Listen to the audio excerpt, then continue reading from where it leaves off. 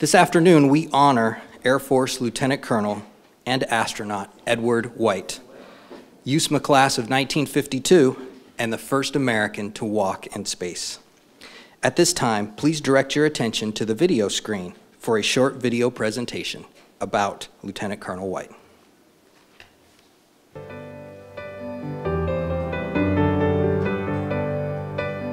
Edward Higgins White II, born in San Antonio, Texas, November 14, 1930, was destined to become a hero of the American space program. With a bachelor's degree from West Point and a master's from the University of Michigan, White's military career was spent in the air, from Florida to Germany, from Edwards Air Force Base to Wright-Patterson. As a test pilot, Ed White brought the right stuff. The 1950s and 1960s brought about a race that would change humanity forever. White, along with such noteworthy names as Shepard, Glenn, Collins, Armstrong, Aldrin, were members of these early groups of pilots turned astronauts, some of whom were also West Point grads. We kind of called him a straight arrow, and that's what he was. He was directed toward what the objective really was. After humankind reached space in 1961, the race continued. What would it take to exit the craft, to step out, to survive in a small single-person spacecraft, the spacesuit, in this vacuum of space? June 3, 1965, on a launch pad in Florida, Ed White and James McDivitt suited up to find out. At 2:46 p.m. Eastern Time, Ed White stepped out of Gemini 4, becoming the first American to exit a spacecraft in orbit and walk in space, and the first human to control his own movement via pressurized air. Capcom, it's very easy to maneuver with the gun. The only problem I have is I haven't got enough fuel. It was space euphoria, I think, from Ed and Jim McDivitt to everyone on the ground, and mission control everybody. I mean, it was spectacular. The Gemini program was a brilliant success, with its purpose being that of a proving ground that would take humankind to the moon and back. On January 27, 1967, at the now-named Kennedy Space Center, astronauts Ed White, Virgil Grissom, and Roger Chaffee climbed aboard an Apollo capsule for pre-flight testing. Tragedy struck, taking the lives of these three brave men. The nation mourned its heroes and continues to remember Edward White and the other members of the astronaut corps who have lost their lives in the service to the cause. With each successful push of the boundaries of human exploration, Ed White's memory and legacy is honored. With his spacewalk, White ushered in a dominance of American space technology that has continued beyond that first jaunt, to the moon, to Skylab, the shuttle program, servicing Hubble, building the International Space Station. Today, Station, much like the Gemini program of the 1960s, stands as part of a proving ground for the next giant leap as we journey to Mars. Ed White is a name that will forever ring in human history. And it was Ed that said, "This is the greatest experience. It's just tremendous."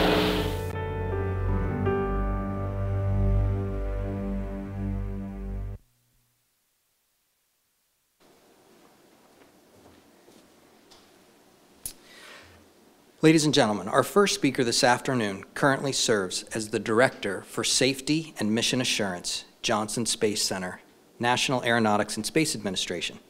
He is a West Point graduate who began his career with NASA in 1987 as a space shuttle vehicle test engineer and became an astronaut a few years later.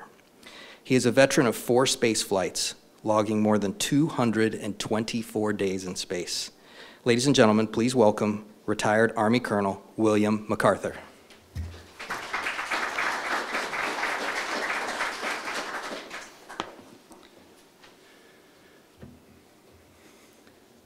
Thank you, Sergeant Sparrow. Mrs. Baer, General Caslon, Colonel Borman, honored guests. The Ambassador of Exploration Award recognizes the sacrifices and dedication of the Apollo, Gemini, and Mercury astronauts. Each astronaut or their surviving families were presented a lunar sample to be publicly displayed in their name to help inspire a new generation of explorers. Ed White's award is part of the 842 pounds of moon rocks and soil returned during the 6 lunar expeditions from 1969 to 1972, and for this award specifically on Apollo 15. As the first American to walk in space, how did Ed's 21-minute EVA inspire those who followed in his footsteps? Simply stated, 50 years ago today, he proved that human beings can operate in the airless, weightless environment of space, a capability essential if we aspire to explore, work, and live beyond the surface of our planet. More than that, he proved that the capability of men and women to meet and conquer daunting challenges is boundless. Since that historic event 50 years ago, the history of U.S. spaceflight includes 231 additional EVAs, extravehicular activities, and counting. Building from Ed's first spacewalk, we now have an international space station that is our springboard to the rest of the solar system. Construction of the International Space Station has required astronauts to spend more than 900 hours on 140 spacewalks outside the station, assembling the most complex international scientific and engineering project in human history and the largest structure that humans have ever put into space. Before my first spacewalk, my daughters asked, "Dad, are you scared?" I said, "No, dears. How can I be scared when I can stand on the shoulders of giants?" And Ed was a consummate astronaut, so skilled and confident that his main concern was that his time outside was too short. He remarked at the end of his spacewalk, "I'm coming back in, and it's the saddest moment of my life." It's fitting that Ed White's Ambassador of Exploration Award, recognizing the sacrifices and dedication of the Apollo, Gemini, and Mercury astronauts, should reside here at West Point, an institution dedicated to the highest ideals of our nation. Ambassador of Exploration, a title so appropriate for astronaut Edward H. White, West Point class of '52. Thank you.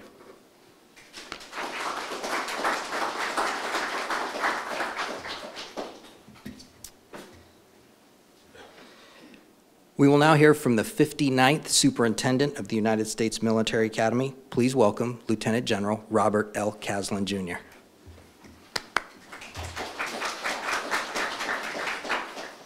Thank you very much, Sergeant. Well, good afternoon and welcome to West Point.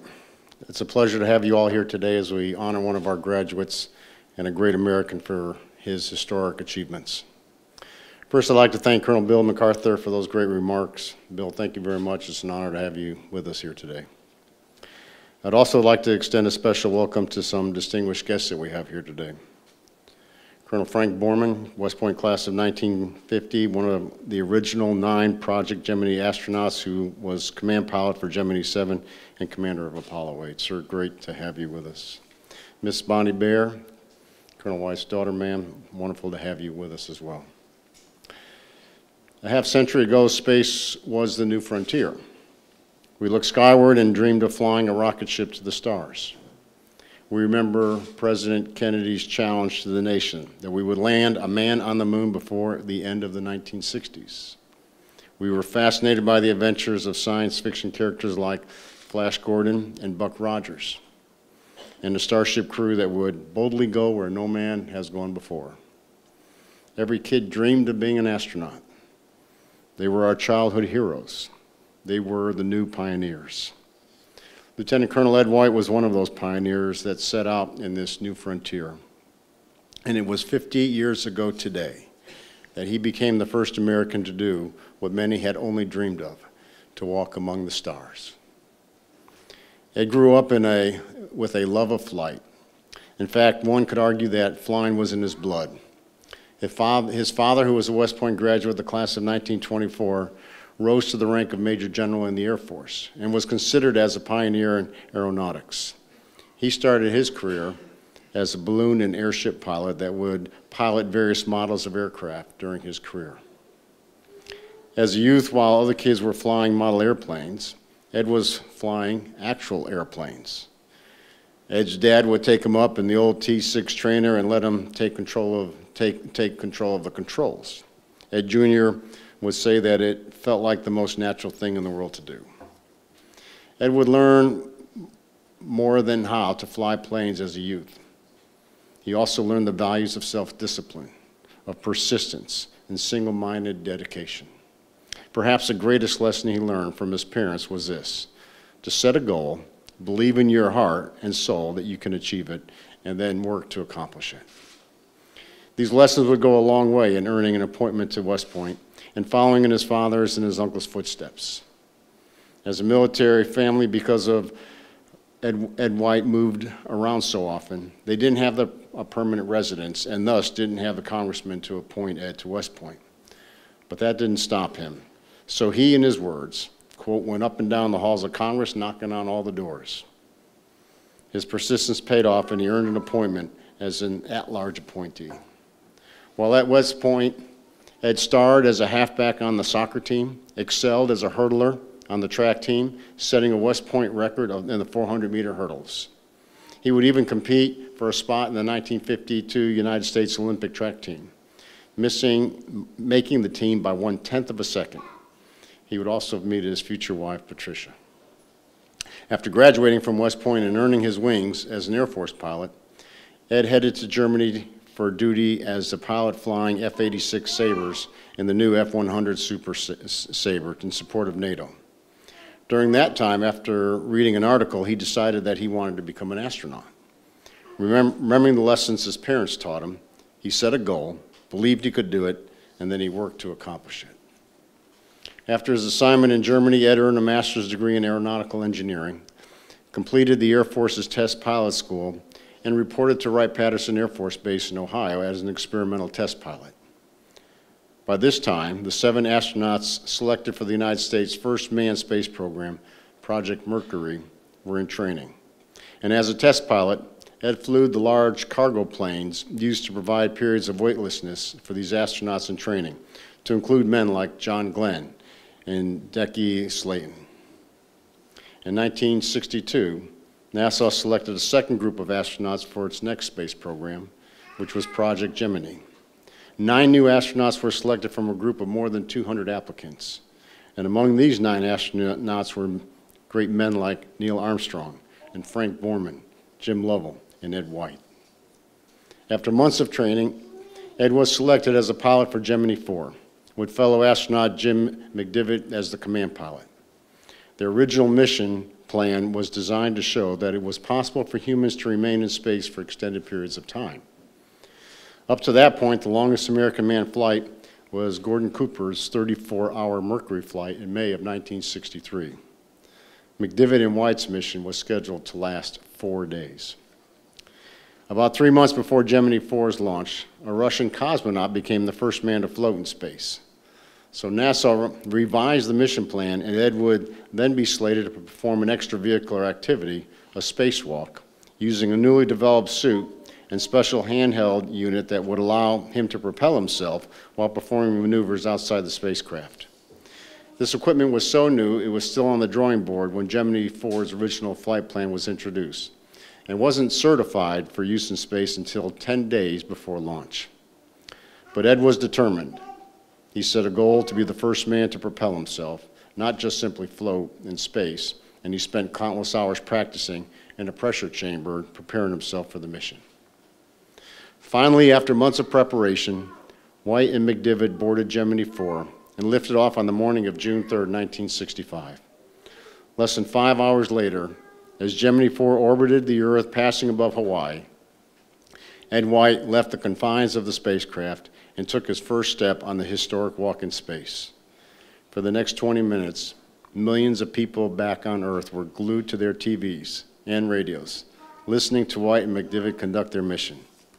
Ed would describe feeling very little disoriented or sensation of speed, even though Gemini 4 was traveling at more than 17,000 miles per hour above the Earth. Ed used his handheld propulsion unit on his walk until it ran out of fuel, and then he relied on his tether to maneuver himself all the while capturing spectacular images of the Earth on his camera. Soon the flight director ordered White back into the spacecraft, and America's first walk in space came to a close. White commented, "I'm coming back in, and it's the saddest moment of my life." Ed White achieved what he had set out to do. He became the first man to propel himself in space, with his spacewalk lasting twice as long as the Russians' first DVA. 4 days, 66 orbits, and more than 1.6 million miles later, White and McDivitt splashed down in the Atlantic, bringing the Gemini 4 mission to a successful completion. After the Gemini 4 mission, Ed was selected as senior pilot for the first flight of NASA's new Apollo program, joining astronauts Gus Grissom and Roger Chaffee. And tragically, however, on January 27, 1967, a fire broke out in the command module during a test of the spacecraft, and all 3 of these great men were killed. At Cape Canaveral, at the site where Apollo 1 tragedy took place, there are 2 memorial plaques. One plaque includes the Latin phrase, ad astra per aspera, which means a rough road leads to the stars. Every road to a new frontier has challenges, and space is no exception. But that road was paved with the personal character, the courage, the selfless service and sacrifice, and attributes that we try to instill here at West Point of these early pioneers. Pioneers like Ed White and Frank Borman, whose achievements are the mile markers along that road. And it's fitting that today, on the 50th anniversary of this historic achievement in space, that we honor Ed White. His legacy serves as a reminder that when you set a goal and believe you can do it, you can accomplish anything, even step out and touch the stars. In closing, I would like to thank NASA for honoring Colonel White with the Ambassador of Exploration Award, and the White family for graciously allowing us to display the moon rock at the West Point Museum, to serve as a reminder of his personal character and achievement, and to perhaps encourage someone else to set out and plant a new marker along the road to a new frontier. Thank you very much.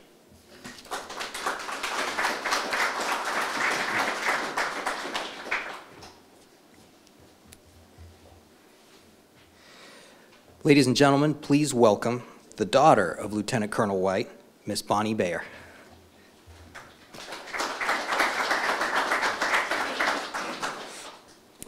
I am delighted and proud to be here today honoring my father, Edward Higgins White II. I would like to thank Superintendent Lieutenant General Robert Caslon and Museum Director David Reel for greenlighting this very special day. And many thanks to Jeffrey Reynolds, Brian Reka, Jesse Hernandez, Nora Normandy, Cindy Steele, and Chris Brown, and also Brett Afazian for planning, organizing, and making this day a reality. I so appreciate and thank Colonel William MacArthur, a fellow spacewalker and West Point graduate, for being here to honor my father and his accomplishments.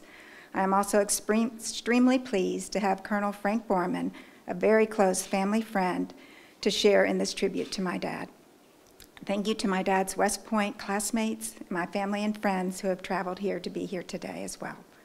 Since hearing about the Ambassador of Space Exploration Award back in 2004, it has been the hope of my brother, Ed White III, and I that we would be able to display the moon rock dedicated to my father here at West Point.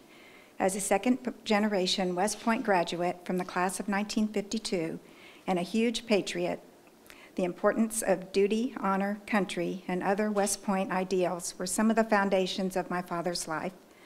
As General Douglas MacArthur famously quoted, these ideals would dictate what you ought to be, what you can be, and what you will be. As with everything in his life, my father stressed the importance of setting a goal, believing in your heart and soul that you can achieve it, and then working to accomplish it. My father had a great love and respect for West Point, and in fact had planned to return back here and teach once he had left the astronaut program. He understood the huge impact that attending a school like West Point can have on a young person's life. He wanted to be a leader and to have his life be an inspiration to others. As Walter Cronkite stated, the conquest of space and the ultimate moon landing is one of our country's finest and proudest achievements. The journey and ultimate success of the space race will be talked about, excuse me, and celebrated for many years to come. Today's date, June 3rd, could not be a more perfect day, as this marks the 50th anniversary of my father's famous spacewalk. He was the first American to walk in space and the first person to maneuver using a self-propelling gun where he used his great athletic skills. The photographs taken on his historic spacewalk are some of the most famous ever taken. Excuse me. I recently watched footage of the Gemini 4 mission, and I am still astounded at what NASA and Jim McDivitt and my father were able to accomplish. Each of the Mercury, Gemini, and Apollo flights were an important stepping stone towards reaching the final goal of landing men on the moon. It is the hope of my brother and I that by displaying our father's moon rock here at West Point, it will give inspiration to all who view it, to dream big, to reach for the stars, and to do what it takes to follow your dreams. Thank you.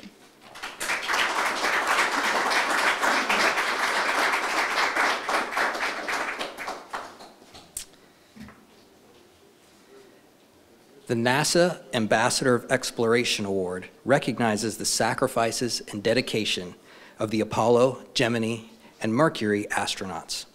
Each astronaut or their surviving families is presented a lunar sample, part of the 842 pounds of moon rock and soil returned during 6 lunar expeditions from 1969 to 1972. An inscription describes the rock as a symbol of the unity of human endeavor and mankind's hope for a future of peace and harmony. At this time, General Caslon and Mrs. Baer will unveil Colonel White's Ambassador of Exploration Award, which the White family has graciously loaned to the West Point Museum to serve as a reminder of Colonel White's achievements and his historic spacewalk.